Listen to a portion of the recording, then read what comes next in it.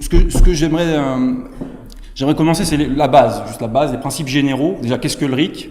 Alors, dans sa plus simple expression, le RIC, c'est la possibilité pour chaque citoyen, chaque citoyenne, de proposer une loi et, via une pétition, quand la personne arrive à recueillir un nombre suffisant de signatures, à déclencher un référendum. Tout simplement. Et alors nous, ce qu'on aime bien rajouter, c'est pour que ce référendum, pour qu'on puisse vraiment parler de RIC, il faut que le résultat de ce référendum, il soit contraignant. C'est-à-dire que si vous avez une majorité de gens qui sont favorables lors du vote au référendum à la proposition de loi initiée, eh bien cette loi, elle doit être appliquée. Et ça, c'est une précision qui est importante à faire parce que vous avez par exemple en Nouvelle-Zélande, où les citoyens ont la possibilité de proposer des lois, vous avez bien un référendum qui est déclenché, mais le résultat du référendum, il est simplement consultatif. Donc, on insiste vraiment sur le caractère contraignant du référendum pour vraiment parler de RIC. Et alors, à ce stade-là, ce qui est important de souligner, c'est que vous pouvez avoir le droit de proposer une loi sans pour autant que ça déclenche une initiative. En fait, on a ce modèle-là en Espagne et on l'a aussi au niveau de l'Union européenne. Et en fait, au lieu que ce soit un référendum qui permette de trancher sur la proposition de loi, en fait, c'est un vote au Parlement. Donc c'est les parlementaires qui votent si oui ou non la proposition de loi leur convient. Donc c'est les élus, donc ça démarre avec les citoyens, mais c'est en dernière analyse, ce sont les élus qui ont le dernier mot, donc ce qui n'est pas du tout le cadre du RIC, où ça démarre avec les citoyens et sans l'intervention des élus à aucun bout, ça termine par les citoyens. Donc voilà, ça c'est pour la base de ce qu'est le RIC. Alors maintenant, le RIC, il peut prendre différentes variantes. Alors, vous avez des variantes qui sont de type organisation politique, niveau d'organisation politique. Vous avez des variantes, vous avez des RIC qui peuvent être organisés à des niveaux locaux, et puis qui s'étalent jusqu'au niveau national. Donc, ça peut être en France, ça pourrait être la commune, ça pourrait être le département, ça pourrait être la région. Et alors, par exemple, en Suisse, vous avez des référendums à tous les niveaux d'organisation. Aux États-Unis, vous avez des référendums seulement au niveau des États, et la moitié. Vous avez 24 États sur 50 qui disposent d'un RIC, mais vous n'avez pas de RIC au niveau national, en tout cas au niveau fédéral, qui est l'équivalent de notre niveau national. En Allemagne, c'est la même chose. Vous n'avez pas de RIC au niveau national, par contre vous avez des RIC au niveau des régions. Donc ça, c'est pour les variantes relatives à l'organisation, le niveau d'organisation politique. Et puis, il y a une autre forme de variante où on va classer les RIC en fonction de ce qu'ils nous permettent de faire. Et pour bien comprendre ces différentes variantes, il faut faire un petit détour par ce qu'on appelle la hiérarchie des lois. On parle aussi de la hiérarchie des normes. Alors, je vais faire vraiment très très simple. Toutes les lois ne se valent pas. Vous avez des lois qui sont plus puissantes que d'autres. Et pour faire au plus simple, en fait, on a le top du top de la loi, c'est la loi constitutionnelle. Ce sont vraiment les plus puissantes. Donc, c'est ce qu'on a dans la Constitution. C'est vraiment le socle de nos institutions. Et en dessous des lois constitutionnelles, vous avez les lois dites ordinaires, qu'on qualifie aussi de lois organiques, qui sont, elles, moins puissantes. Voilà. Et à partir de là, on va pouvoir comprendre les différentes variantes du RIC. Le premier RIC, la première variante, c'est ce qu'on appelle le RIC constitutionnel. Donc c'est un RIC qui permet à chaque citoyen de faire des propositions de loi constitutionnelles. Donc, au regard de la hiérarchie des normes, il s'agit du RIC le plus puissant qui soit.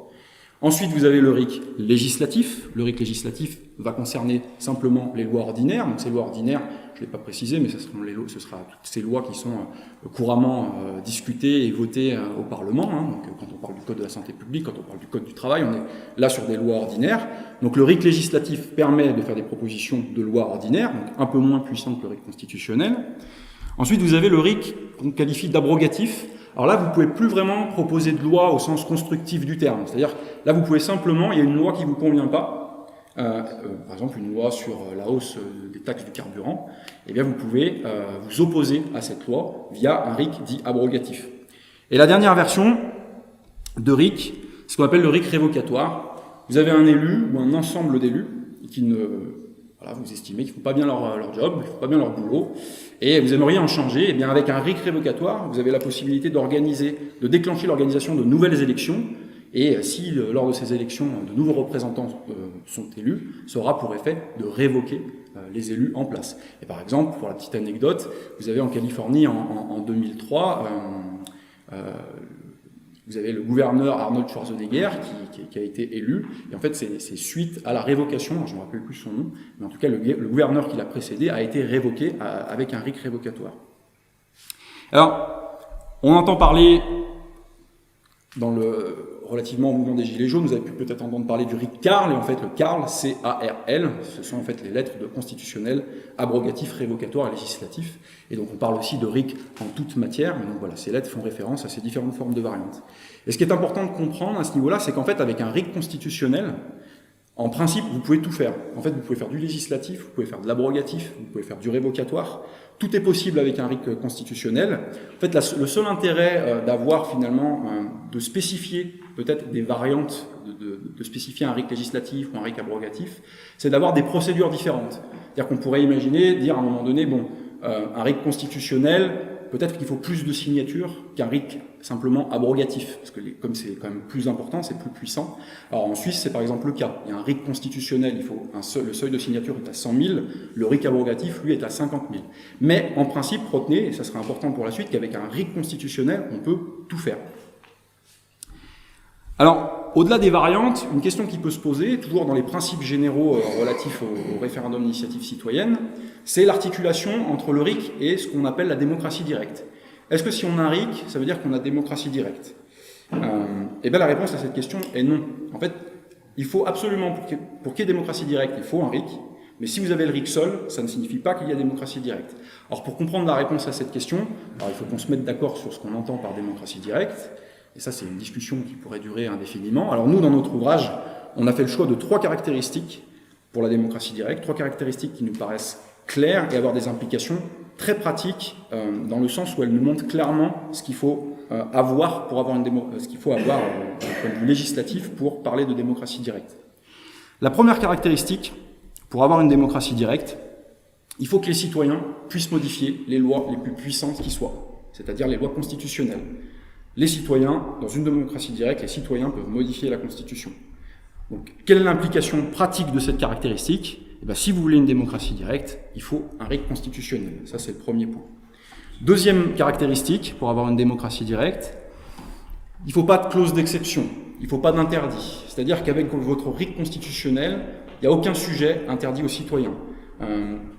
Donc l'implication, par exemple, les sujets fiscaux, les sujets budgétaires, les traités internationaux, ça ne doit pas être des clauses d'exception. Et donc dans les implications pratiques de cette caractéristique, eh ben, c'est qu'il faut un RIC constitutionnel. Si on veut pouvoir avoir une démocratie directe, il faut un RIC constitutionnel intégral. C'est-à-dire quoi, il n'y a pas d'interdit. Ce qui n'est pas le cas dans un nombre de pays où en fait vous avez des RIC, qui soient constitutionnels ou non, pour lesquels vous avez tout un tas de restrictions, en particulier sur la matière budgétaire et fiscale. On en reparlera. Dernière caractéristique, c'est qu'il faut que les citoyens soient maîtres de leur constitution. Il ne faut pas qu'il y ait à un moment donné la possibilité pour les élus, si vous avez un référendum d'initiative citoyenne constitutionnel et intégral, vous faites votre proposition de loi, vous recueillez un nombre suffisant de signatures, il y a un référendum, votre proposition est approuvée, donc il y a un changement constitutionnel. Il ne faut pas que les élus aient la possibilité, 2 ans après, soit d'annuler votre travail, votre proposition, soit de la bidouiller pour l'appauvrir à un point où elle est plus utilisable. Il ne faut pas qu'il y ait cette possibilité-là. Donc les citoyens doivent être maîtres de leur constitution. Et quelle est l'implication pratique de cette caractéristique? Eh bien, il faut un mécanisme dont on parle assez peu, voire peut-être même pas du tout, de ce que j'ai pu constater dans ma propre investigation médiatique, qui est différent du RIC, c'est ce qu'on appelle le référendum obligatoire. Le référendum obligatoire, c'est un mécanisme qui est très très simple, c'est simplement de dire, à un moment donné dans la Constitution, toute modification de la Constitution doit être soumise à référendum. Qui qu'en soit à l'origine, que ce soit les citoyens, mais si c'est les citoyens, c'est un référendum d'initiative citoyenne, ou si c'est les élus, soit des parlementaires ou le président de la République. Ça veut dire quoi? Ça veut dire que si vous faites un référendum d'initiative citoyenne et que vous incorporez une modification comme ça de la Constitution qui est incorporée, bah si 2 ans plus tard, les élus veulent l'annuler ou la modifier, et bah automatiquement ça déclenchera un référendum. Ce qui fait qu'en matière constitutionnelle, ce sera, avec un référendum obligatoire, ce sera toujours les citoyens qui auront le dernier mot. Et donc en fait, si on veut synthétiser, pour avoir une démocratie directe, d'un point de vue purement fonctionnel, il faut un RIC constitutionnel intégral, selon les caractéristiques que je vous ai énoncées, et il faut ce mécanisme de référendum obligatoire. Et donc là, on voit que si vous avez juste un référendum constitutionnel intégral, on ne peut pas vraiment parler de démocratie directe, parce que les élus ont la possibilité de bidouiller, de débricoler le travail qui a été fait et approuvé par les citoyens. Donc, démocratie directe, selon nous, d'un point de vue des implications concrètes, il faut un RIC constitutionnel intégral et un référendum obligatoire. Alors maintenant, une autre question qu'on peut se poser, toujours dans les principes généraux relatifs au RIC, c'est quelle est la place des élus quand on a le RIC ou la démocratie directe? Alors, le système actuel, vous avez fait un beau schéma, tant pis, je vais vous le mimer. Aujourd'hui, vous avez des citoyens qui élisent des représentants, qui sont juste en dessous, et puis ces représentants, ces élus, c'est eux qui s'occupent des lois. Voilà. Donc ça, c'est un système vertical comme ça. Donc ça, c'est notre système actuel. Là, dans un système en démocratie directe, vous avez toujours citoyens, élus et les élus qui s'occupent des lois. Mais vous voyez, j'ai fait un petit triangle comme ça. Et vous avez une voie directe des citoyens aux lois. Donc c'est pour ça qu'on peut parler de démocratie directe. Et qu'en démocratie directe, en tout cas selon nous, on peut tout à fait faire cohabiter les citoyens et leur capacité législative, leur puissance législative, et les représentants. Pour ceux, j'aime à dire que pour ceux qui sont vraiment allergiques aux élus et qui ont envie d'imaginer un système où on s'en passe, ben vous pourrez tout, en fait, avec une démocratie directe, avec référendum constitutionnel intégral et référendum obligatoire, vous pourrez toujours faire la proposition de système. Donc j'en ai terminé avec les principes généraux.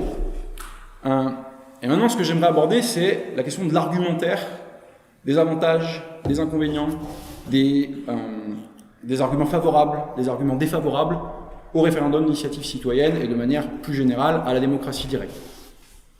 Et alors, la première chose que j'aimerais faire, c'est aborder justement les inconvénients de la démocratie directe et du référendum d'initiative citoyen. Parce que des inconvénients, il y en a. Il y en a, et il me semble que pour argumenter sérieusement sur ce sujet-là, il faut les regarder bien en face. Et en fait, quand vous écoutez les détracteurs du référendum d'initiative citoyenne, vous écoutez toutes les critiques, de manière générale, on peut faire deux grandes catégories de critiques. Vous avez une catégorie de critiques qui consiste à dire « c'est sympa votre truc, c'est sympa, voilà, potentiellement, mais c'est pas la solution parfaite. C'est pas avec ça qu'on va répondre à l'urgence climatique. C'est pas avec ça qu'on va résoudre la pauvreté dans le monde, notre pays, etc., etc. Ça va pas résoudre tous les maux. Et ça, c'est vrai. Ça, c'est un vrai inconvénient de la démocratie directe et du référendum d'initiative citoyenne. C'est vrai, admettons-le. Deuxième catégorie de critique, c'est de dire à un moment donné, bon, toujours pareil, oui, c'est sympa votre RIC, votre démocratie directe, mais quand même, ça peut poser un certain nombre de problèmes. C'est pas sans risque. Si vous donnez le pouvoir à une majorité de cons, il risque de faire des conneries. Hein. Et ça, c'est vrai aussi. Ça, c'est vrai aussi, donc il faut l'admettre, il faut le reconnaître. C'est un vrai inconvénient du RIC. Sauf qu'en l'admettant, il peut être bon quand même de faire remarquer que ces deux inconvénients sont valables, complètement valables, en fait, pour le système représentatif qu'on a actuellement. Nos représentants, nos élus ne sont pas la solution parfaite pour résoudre tous les maux. Je pense que tout le monde en conviendra, que ce soit pour l'urgence climatique, la pauvreté et d'autres choses encore. Et est-ce que notre système représentatif est à risque de poser des problèmes? C'est plus que des risques, en fait. Hein. Je connais, à ma connaissance, aucune guerre n'a été déclenchée par référendum d'initiative citoyenne. Et l'argument, enfin, le propos de dire si on donne du pouvoir à une majorité de cons, ils peuvent faire des conneries, c'est vrai. Donner du pouvoir à une minorité de cons, ils peuvent faire des conneries aussi. Sauf que dans ce cas-là, les conneries de la minorité s'imposent à la majorité, parce qu'on est en droit de trouver injuste. Donc, ces limites, elles sont valables aussi pour le système actuel. Et en fait, je mets au défi quiconque de me trouver le moindre système politique qui ne comporte pas ces deux inconvénients-là. Et ce type de catégorie de critique, qui peut se décliner de tout un tas de façons, en fait, quand vous regardez l'histoire de l'accession à de nouveaux droits politiques pour les citoyens, que ce soit le droit de vote des femmes, que ce soit l'extension du suffrage à l'époque où seuls les hommes riches pouvaient voter. En fait, c'était toujours la même... C'est du réchauffé, ces critiques-là. C'était exactement le même type d'argumentation qui était servi. Et donc, quand on a fait ce constat-là, quand on a regardé ça, en fait, on se retrouve à devoir, finalement, comparer les mérites respectifs d'un système à un autre. Il va falloir comparer. Et ça, c'est possible de comparer. Il faut faire des études comparatives, parce que vous avez déjà des pays qui disposent d'une forme de démocratie directe, de mécanisme de démocratie directe, de RIC. Je vous disais, vous avez les États-Unis, vous avez différents États, vous avez la Suisse, vous avez tout un tas de pays. Dans le monde, vous avez 12 pays qui disposent d'un RIC constitutionnel au niveau national. Donc on peut faire des études comparatives, et en fait des études comparatives, il y en existe des dizaines qui ont déjà été réalisées depuis des dizaines d'années, voilà, sur différents paramètres. Alors c'est surtout aux États-Unis et en Suisse, et c'est les résultats, certains des résultats de ces études comparatives dont j'aimerais vous parler maintenant. Donc on parlera des effets du RIC. Alors ce que font les chercheurs, c'est vraiment du travail de recherche, Ce que font les chercheurs, c'est, par exemple, aux États-Unis, on va soit comparer les États qui disposent du RIC versus ceux qui n'en disposent pas, soit comparer les États qui utilisent beaucoup le RIC versus ceux qui l'utilisent peu. Et alors en Suisse, comme ils ont le RIC de partout, dans tous les cantons, ce ne sera pas présence versus absence. Par contre, on pourra comparer, en fonction des cantons, l'accessibilité du RIC n'est pas la même. C'est-à-dire qu'il y a des cantons dans lesquels vous avez un seuil de signature, par exemple, qui est plus bas, dans lequel le RIC est plus facile d'accès. Donc on va comparer comme ça les cantons en fonction de leur facilité d'accès sur différents paramètres. Et donc, dans notre ouvrage, et je pense que c'est là une des valeurs de ces valeurs ajoutées, parce qu'on entend finalement assez peu parler des résultats de ces études, on a recensé une vingtaine d'effets différents qu'on a classés sur 2 chapitres. Là, je vais vous en présenter un certain nombre en vrac, assez rapidement, pour que vous ayez une idée déjà des résultats des études comparatives existantes. Et puis il y en a deux sur lesquels je m'attarderai un peu plus longtemps. Alors, quels sont les effets du RIC?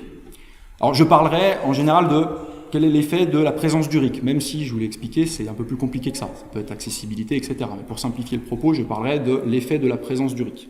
Donc, quels sont les effets de la présence du RIC sur un territoire par rapport à la non-présence? Eh bien, bon, sans trop de surprise, un territoire qui disposant d'un référendum d'initiative citoyenne produit des politiques plus conformes aux souhaits de la majorité. Donc ça, c'est assez peu surprenant. Un autre effet, c'est que dans les territoires disposant d'un RIC, vous avez les mandats des élus qui sont en général plus courts et moins nombreux. Un autre effet, c'est que dans les territoires disposant d'un RIC, vous avez un plus fort contrôle de l'action des élus, avec des élus qui sont, par exemple, obligés de rendre publiques des réunions de cabinet dans lesquelles se prennent des décisions importantes, ou qui sont limités dans leur possibilité d'augmenter les taxes, voilà, au-delà de certains seuils. Donc ça, voilà, c'est un effet qui a été démontré. Vous avez aussi, dans les territoires disposant du RIC, des citoyens qui se trouvent être plus résistants à l'influence des partis politiques. C'est un autre effet. Vous avez aussi une moindre utilisation de formes d'action politique radicale. On dit que le RIC a un effet pacificateur. Un autre effet, c'est on trouve un plus grand investissement associatif des citoyens, soit plus de bénévolat, soit plus d'associations à but non lucratif. Donc voilà pour la partie un peu vrac, pour que vous voyez la diversité des effets qui ont déjà été mis en évidence. Et puis sur les 2 types catégories d'effets sur lesquels j'aimerais m'attarder. Alors il y a déjà un triptyque. Dans les territoires qui disposent d'un RIC, de mécanisme de démocratie directe, et là vous avez moins d'impôts, moins de dépenses publiques et moins de dettes publiques. Et alors là, certains d'entre vous pourront me dire moins d'impôts, moins de dépenses publiques, moins de dettes publiques, mais peut-être qu'il y aura moins de redistribution et peut-être des inégalités économiques plus grandes. Et bien en fait, ces effets ont été montrés à niveau d'inégalité stable. Donc quand on sait ça, je ne sais pas si certains d'entre vous ont déjà entendu parmi les détracteurs du RIC, on en parlait, vous savez, c'est clause d'exception. On veut dire, bon, le RIC c'est sympa, mais par contre, il va falloir quand même l'encadrer. Il ne faudra quand même pas laisser la possibilité aux citoyens de décider sur tous les sujets, en particulier les matières budgétaires, les sujets budgétaires et fiscaux, des matières quand même bien trop sérieuses pour être laissées aux mains des citoyens.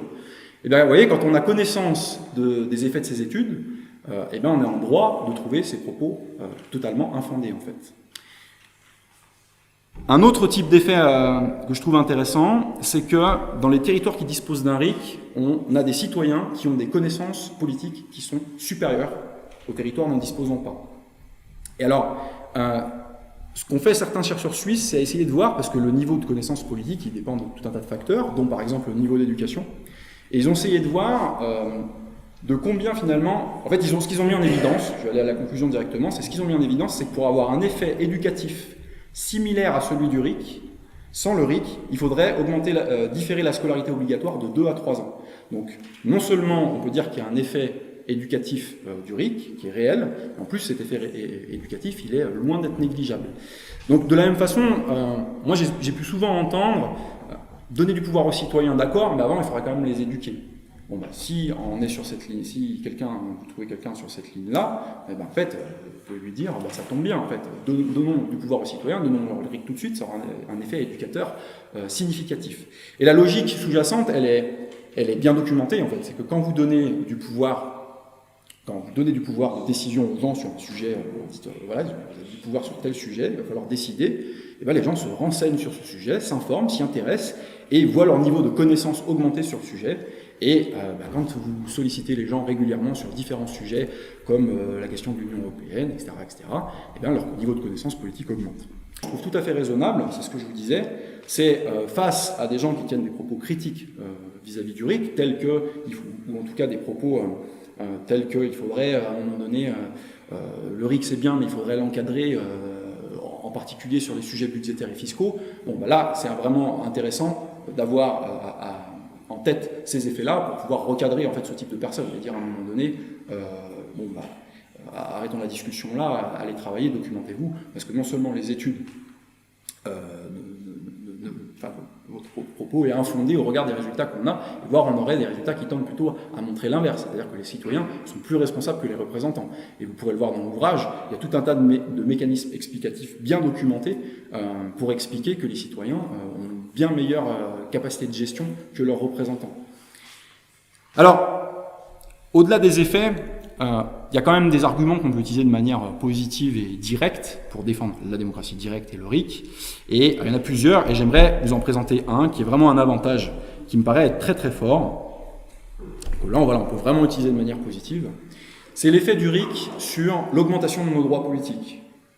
Les droits politiques en France aujourd'hui, qu'est-ce qu'on a comme droits politiques? Vous avez le droit de manifester, vous avez le droit de pétition, vous avez le droit de vous présenter à certaines élections, vous avez le droit de voter à certaines élections. Quel droit autre? Vous avez le droit de réunion, vous avez le droit de créer une association, vous avez le droit d'y adhérer.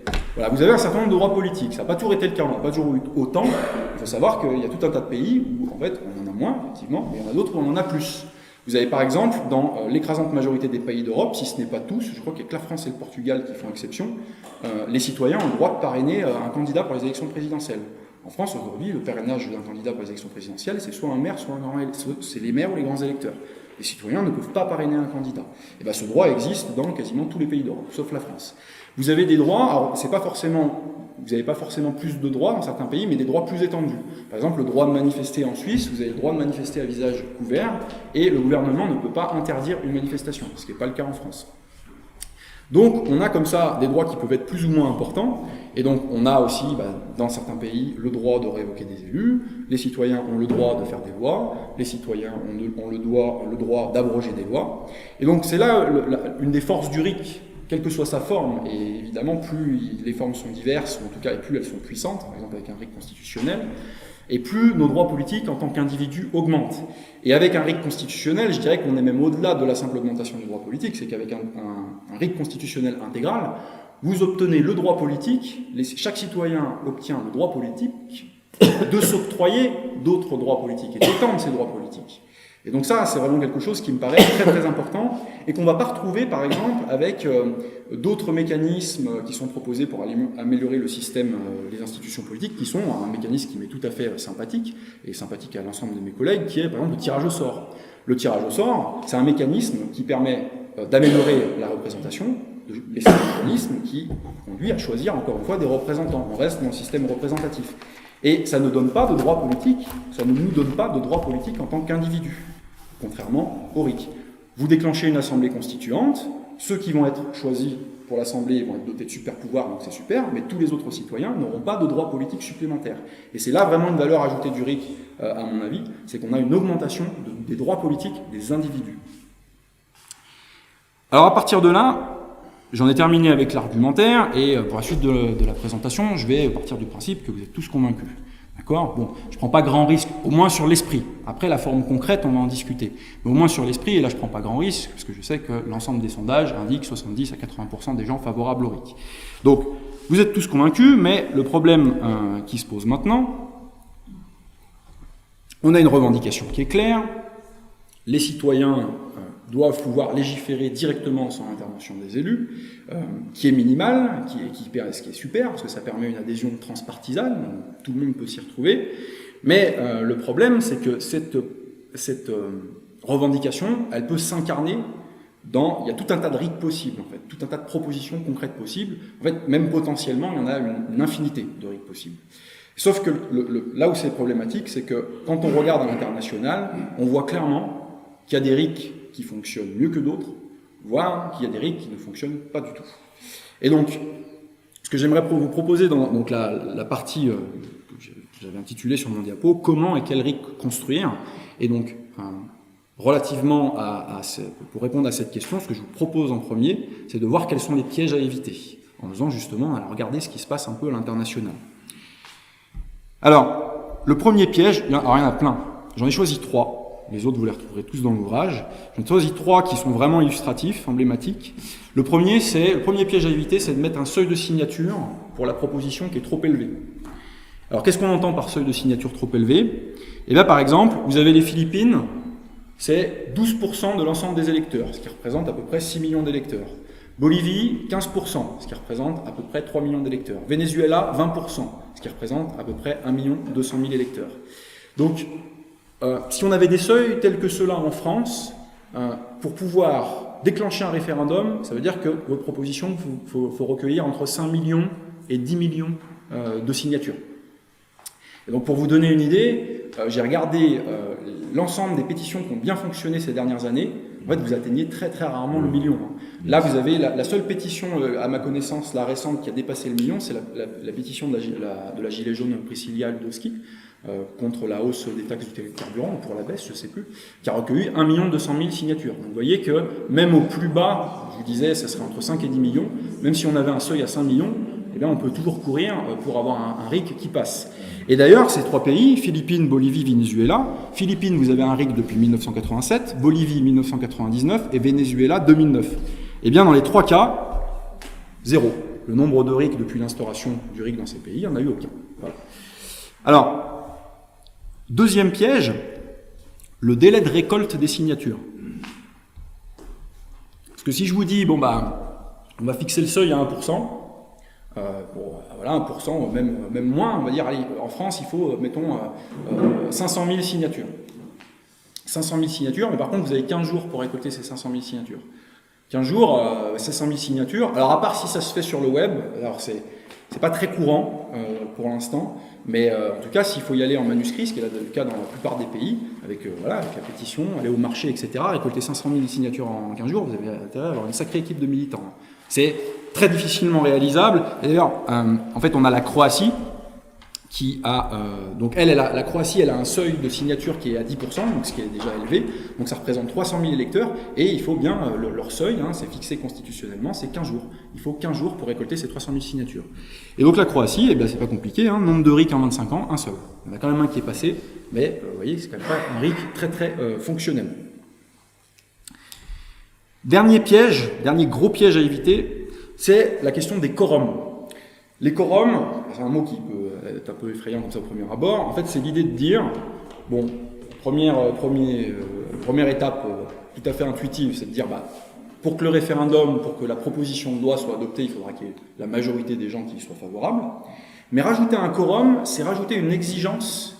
Alors, ça peut être soit de participation minimale, supplémentaire à la majorité simple, c'est de dire, il faut la majorité simple, mais en plus, il va falloir, par exemple en France, il faudra que au moins la moitié de l'ensemble des électeurs se déplacent à l'urne.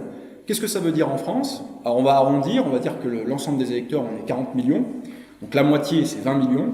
Et bien ça veut dire que si vous avez 19 millions de gens qui se déplacent à l'urne pour voter votre proposition, et que 100% votent favorablement, 100% des gens, ce qui serait exceptionnel, 100% des gens sont d'accord avec votre proposition, 19 millions, vous êtes en dessous de 20 millions, vous êtes en dessous de la moitié, le résultat est nul. Ça s'appelle un quorum de participation à 50%. Après, vous avez une autre forme de quorum qui est le quorum d'approbation. Là, on va dire, peu importe combien de personnes participent, et vous allez voir qu'en fait c'est important, mais peu importe combien de personnes participent, mais il faudra que la moitié des électeurs soient favorables à la proposition, peu importe le pourcentage. Alors il faut la majorité, mais il faut aussi que cette majorité coïncide avec la moitié des électeurs du pays. Donc, qu'est-ce que ça veut dire? Reprenons l'exemple français.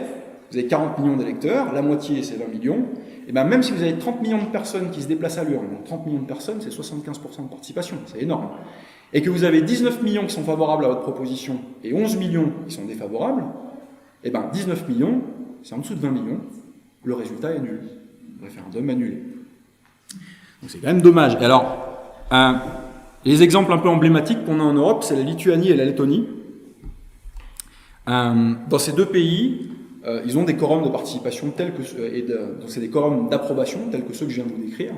Et là vous avez en fait vous avez eu 7 il y a eu alors la Lituanie ils ont le RIC depuis 1992 et la Lettonie depuis 1996. En Lituanie, vous avez eu 11 référendums organisés. En Lettonie, vous en avez eu 7.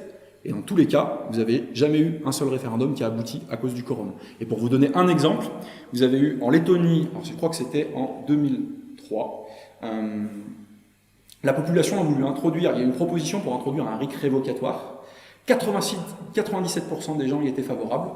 Eh bien, la proposition a été retoquée à cause d'un quorum non atteint. Donc ça, voilà, c'est le piège des quorums. Et en fait, de manière, donc, seuil de signature élevé, premier piège, un délai de récolte des signatures trop court, deuxième piège, les quorums de participation ou d'approbation. Et en fait, de manière très générale, je vous disais, dans le monde, il y a 36 RIC, il y a 36 pays qui sont dotés d'un RIC au niveau national, et en fait, vous en avez 17, la moitié, dans lesquels il y a eu 0 RIC. Il n'y a jamais eu de RIC organisé, pour des raisons similaires à celles que je vous ai évoquées. Et parmi ces pays, vous avez l'Albanie, la Biélorussie, la Bulgarie, Luxembourg, Malte, Russie, l'Ouganda, le Togo, le Kenya, la Bolivie, la Colombie, Costa Rica, l'Équateur, le Mexique, le Kirghizistan, les Philippines et les îles Marshall. Je les énonce, je trouve que ça vaut la peine de les énoncer pour montrer que en fait, le RIC il est déjà très très répandu. Et là, c'est des RIC au niveau nationaux. Mais vous voyez, il est répandu, mais sa répansion ne signifie pas son usage, et pour toutes les raisons que je vous ai évoquées. Alors, maintenant, ce que je vous propose, on a vu les pièges, donc on est toujours sur cette idée de comment et quel RIC construire. On a vu les RIC, on a vu les pièges à éviter. Là, maintenant, ce que je vous propose, c'est de regarder les RIC qui fonctionnent bien. Et donc, en fait, ce qu'on a fait dans l'ouvrage, c'est qu'on a regardé, depuis 1995, on a pris cette date, parce que sinon, en fait, il y a beaucoup de pays qui ont eu le RIC dans les années 90. Donc, c'était pour mettre à peu près tout le monde sur la même ligne de départ. On a regardé depuis 1995 les pays dans lesquels on avait eu le plus de RIC. Alors on s'est intéressé vraiment aux RIC nationaux, parce qu'après vous avez tous les RIC que vous pouvez avoir à d'autres échelles. Et on a regardé le nombre de RIC nationaux qui avaient été organisés depuis cette date. Et en fait, on s'est dit, tiens, ça pourrait être moi je me suis dit, ça peut être intéressant d'aller regarder qui sont les meilleurs pour pouvoir regarder comment ils construisent leur RIC et pour pouvoir s'en inspirer. Et en fait, à la première position, très très loin devant, le RIC le plus performant, c'est le RIC suisse. Le RIC constitutionnel suisse, avec 86 référendums organisés depuis 1995. Et après, assez loin derrière, en deuxième position, vous avez l'Italie qui arrive avec le RIC, donc le RIC italien, avec 39 RIC organisés depuis 1995. Et en troisième position, pas très loin derrière l'Italie, vous avez le RIC des Palaos, qui sont des petites îles d'Océanie, où vous avez eu 32 RIC organisés. Mais juste pour prendre, donc on est quand même assez loin derrière les 86, le score de 86 du RIC suisse, et en plus prenez simplement le RIC italien, il s'agit d'un RIC abrogatif. C'est un RIC abrogatif avec en plus des restrictions sur les sujets. Donc c'est pas le RIC le plus intéressant. Donc comment il est construit ce RIC suisse? Ce RIC national suisse. Alors déjà, il s'agit d'un RIC constitutionnel intégral. RIC constitutionnel intégral, ça n'a rien d'exotique. Alors je l'avais noté, mais vous voyez, on a 12 pays qui disposent d'un RIC constitutionnel. Oui, c'est ça. Il y a 12 pays qui disposent d'un RIC constitutionnel dans le monde. Sur ces 12 pays, vous en avez 10 où le RIC est intégral, c'est-à-dire qu'il peut porter sur tous les sujets. Donc ça n'a rien d'exotique de manière isolée. Donc il est intégral, il est constitutionnel, il est intégral. Vous avez un seuil de signature qui est bas. Le seuil de signature, il est à 100 000. C'est à peu près 2% de l'ensemble des électeurs. Donc 2%, vous voyez, on est loin des 15%, 20% de la Bolivie ou du Venezuela. Vous avez un délai de récolte qui est raisonnable. 15 jours, rappelez-vous, pour la Croatie. Là, on est à 18 mois. Ça devient quand même déjà un peu plus envisageable d'un point de vue militant. On se dit, 18 mois, on a quand même le temps. Aucun quorum, ni de participation, ni d'approbation. Et vous avez, et je ne l'ai pas précisé, mais je vais le préciser là, vous avez un référendum obligatoire. C'est-à-dire que les Suisses, quand ils font une proposition de loi au niveau constitutionnel et que cette proposition passe, même en amont, ils font une proposition, ils savent qu'à un moment donné, ils ne prennent pas le risque que leur travail, toute l'énergie qu'ils vont mettre dans l'investissement, parce que des fois ça prend des années à faire passer une proposition, soit gâché par des élus qui vont annuler la loi comme ça, contre l'avis de tout le monde, enfin cas ça peut être même dans le dos de tout le monde, 2-3 ans après, voire quelques mois après. Et donc le référendum obligatoire, c'est pas quelque chose d'exotique non plus. Le référendum obligatoire existe aussi en Irlande, vous l'avez en Andorre, vous l'avez en Arménie, et vous l'avez même sur certains sujets au Danemark et au Portugal. Donc que ce soit le référendum constitutionnel intégral, je vous disais, c'est rien d'exotique, tout un tas de pays en sont dotés de manière isolée, et le référendum obligatoire n'a rien d'exotique non plus. Et donc, RIC constitutionnel intégral et référendum obligatoire, rappelez-vous, ce sont les deux mécanismes nécessaires pour pouvoir parler de démocratie directe. Et en fait, dans le monde, le seul pays qui combine ces deux mécanismes, c'est la Suisse. Donc aujourd'hui, c'est le seul pays dont on peut dire qu'il est réellement une démocratie directe. Alors, fort de nos connaissances sur les pièges à éviter et sur les RIC qui fonctionnent bien, on peut se lancer et se dire quel RIC on va construire pour nous en France. C'est-à-dire comment procéder. Déjà, il va falloir modifier notre constitution. Il va falloir modifier notre constitution, mais la question qui va se poser, c'est quelle modification? Et là, ce que j'aimerais vous proposer, parce que ce que je vous disais, il y a une infinité de propositions possibles, toutes ces propositions ne se valent pas. Vous avez des RIC qui fonctionnent moins bien que d'autres et des RIC qui ne fonctionnent pas du tout, on a pu le voir. Donc il va falloir fixer, je vous propose d'abord de fixer un cahier des charges sur cette modification. Et donc ce cahier des charges, je vais commencer par le premier point. L'idée c'est que cette modification, idéalement, il faut qu'elle soit la plus minime possible. Idéalement, il faudrait qu'elle tienne en un article. Pourquoi? Pour deux raisons, à mon avis. La première, c'est que une proposition minimale sera facilement appropriable par le plus grand nombre. Déjà, aller mettre le nez dans la Constitution, c'est pas du tout une opération de vie courante. Si en plus, quand vous allez mettre le nez dedans, il faut aller lire plusieurs articles, et puis peut-être même des articles qui ne sont pas forcément côte à côte, ça complexifie la tâche d'appropriation pour le plus grand nombre. Donc, avoir une modification qui soit minimale, ça rend cette modification plus inclusive, plus appropriable. Le deuxième élément, c'est que de la même façon qu'une revendication minimale comme le RIC a permis de remporter une adhésion très très importante, en fait, le principe est simple, c'est que plus vous avez de revendications, plus c'est compliqué de mettre d'accord les gens. Et de la même façon, on peut penser que plus vous aurez une modification qui est complexe, qui va impliquer plusieurs articles, plus ce sera difficile de remporter l'accord du plus grand nombre. Parce qu'il y aura toujours certains qui seront d'accord sur une partie, oui, je suis d'accord pour cet article, mais pas d'accord sur cet article. Donc plus vous concentrez, plus vous essayez de taper fort, en ayant le plus petit impact possible, et plus il y a des chances qu'on remporte l'adhésion. Deuxième caractéristique de ce cahier des charges, deuxième point, il faut qu'elle soit minime, mais suffisamment détaillée. Parce que si vous ne fixez pas le détail sur le seuil de signature, le délai de récolte et d'autres choses encore qu'on va voir par la suite, eh bien ces détails, en fait, ce sera les élus qui devront se charger de les fixer. Et si on prend ce risque-là, il y a de grandes chances que ce ne soit pas forcément à l'avantage des citoyens et qu'on se retrouve avec un dispositif appauvri par rapport à celui qui était souhaité au départ. Donc il faut quand même qu'elle soit suffisamment détaillée. Il faut qu'elle soit, troisième point du cahier des charges, la plus puissante possible. Et donc là, pas de surprise, pour qu'elle soit la plus puissante possible, il faut que ce soit constitutionnel, il faut qu'on ait un RIC constitutionnel qui, je le rappelle, permet de tout faire, voilà, et permettra d'introduire par la suite tous les RIC qu'on veut, toutes les mesures qu'on veut, potentiellement. Quatrième point du cahier des charges, il faut qu'elle soit compatible avec le reste de la Constitution, il ne faut pas qu'il y ait de contradiction. Donc voilà, un point sur lequel je ne m'attarde pas. Et le dernier point, idéalement, il faut, si on veut vraiment pouvoir accéder à une démocratie directe, il faut que cette modification intègre aussi le référendum obligatoire, ce mécanisme qui nous permet d'être sûr que les élus ne puissent pas débricoler nos propositions une fois qu'elles sont passées. Et même, j'insiste là-dessus, de manière plus générale, ce mécanisme permet que toute modification de la Constitution soit soumise à référendum. Et alors, dans notre ouvrage, on a examiné 3 types de propositions qui ont été déjà réalisées. On a examiné la proposition de la France Insoumise, on a examiné la proposition de l'association Article 3, et on a examiné une autre proposition qui est basée sur une modification de l'article 11 de la Constitution.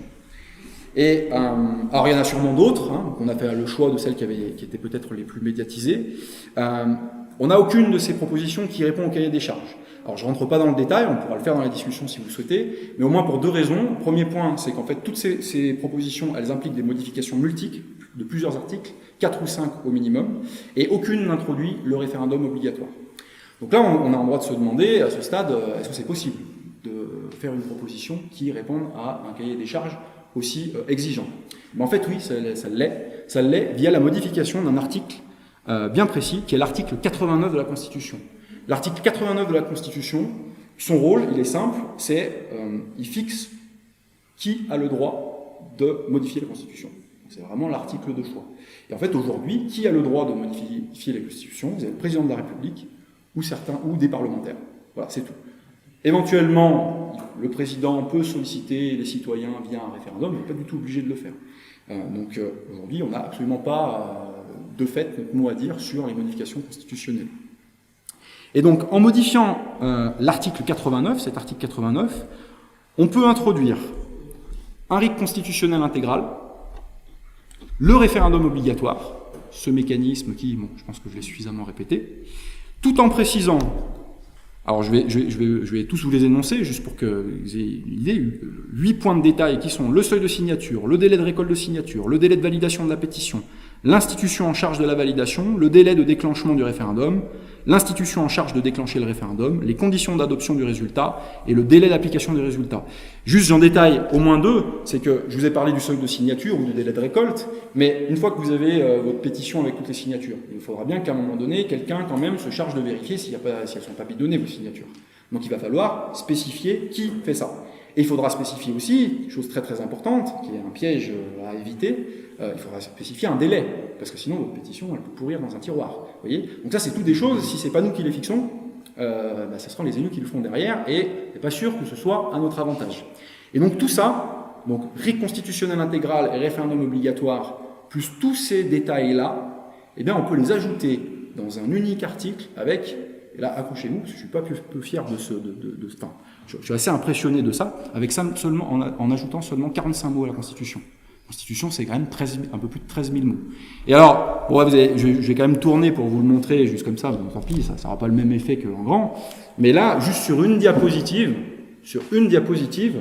j'ai mis à votre gauche, ça c'est l'article tel qu'il est, l'article 89 tel qu'il est dans la Constitution actuelle. Et là, c'est sa modification. Le nouvel article qui inclurait tous les points que je vous ai présentés juste avant. Alors, 45 mots, c'est le bilan total, parce qu'en fait, il faut enlever quelques bricoles à l'intérieur de l'article actuel, en rajouter des autres là, et le bilan total, c'est 45 mots ajoutés à une constitution qui en fait 13 000. Et avec 45 mots ajoutés à une constitution qui en fait 13 000, en introduisant tout ce que je vous ai présenté, vous faites passer la France au statut de deuxième démocratie directe du monde. Albin se proposait de transmettre ces diapos à ceux qui laissent leur... vous noterez peut-être, on est d'accord? Ouais, tout à fait. Ouais. S'il y en a qui sont intéressés, vous venez me voir et vous me donnez vos coordonnées et les adresses de messagerie. Et je vous transférerai le diaporama. Donc voilà, sur l'article 89. Alors pour conclure, avec le RIC, on a là une revendication qui est claire et minimale. Les citoyens doivent pouvoir légiférer directement sans l'intervention des élus. En plus d'être claire et minimale, c'est une revendication qui est puissante parce qu'elle porte potentiellement un changement majeur de système politique et en même temps, elle peut augmenter considérablement nos droits politiques en tant qu'individus.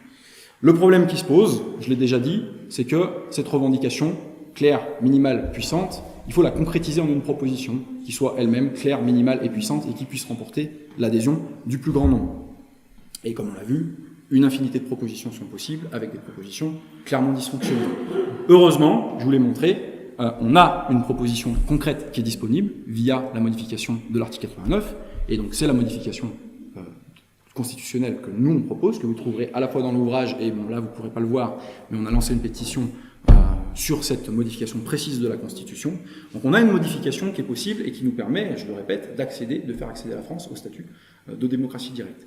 Et donc, ceci étant dit, aujourd'hui, à défaut d'avoir un RIC, et j'aimerais terminer en ouvrant sur ce questionnement-là, à défaut d'avoir un RIC constitutionnel tout bien comme il faut pour faire passer cette proposition-là, comment, tout un chacun, individuellement ou collectivement, on peut s'organiser, qu'est-ce qu'on peut faire pour voir une proposition comme celle-là passer et donc élever la France au statut de démocratie directe. Je remercie les organisateurs, je vous remercie pour votre attention, j'en ai terminé.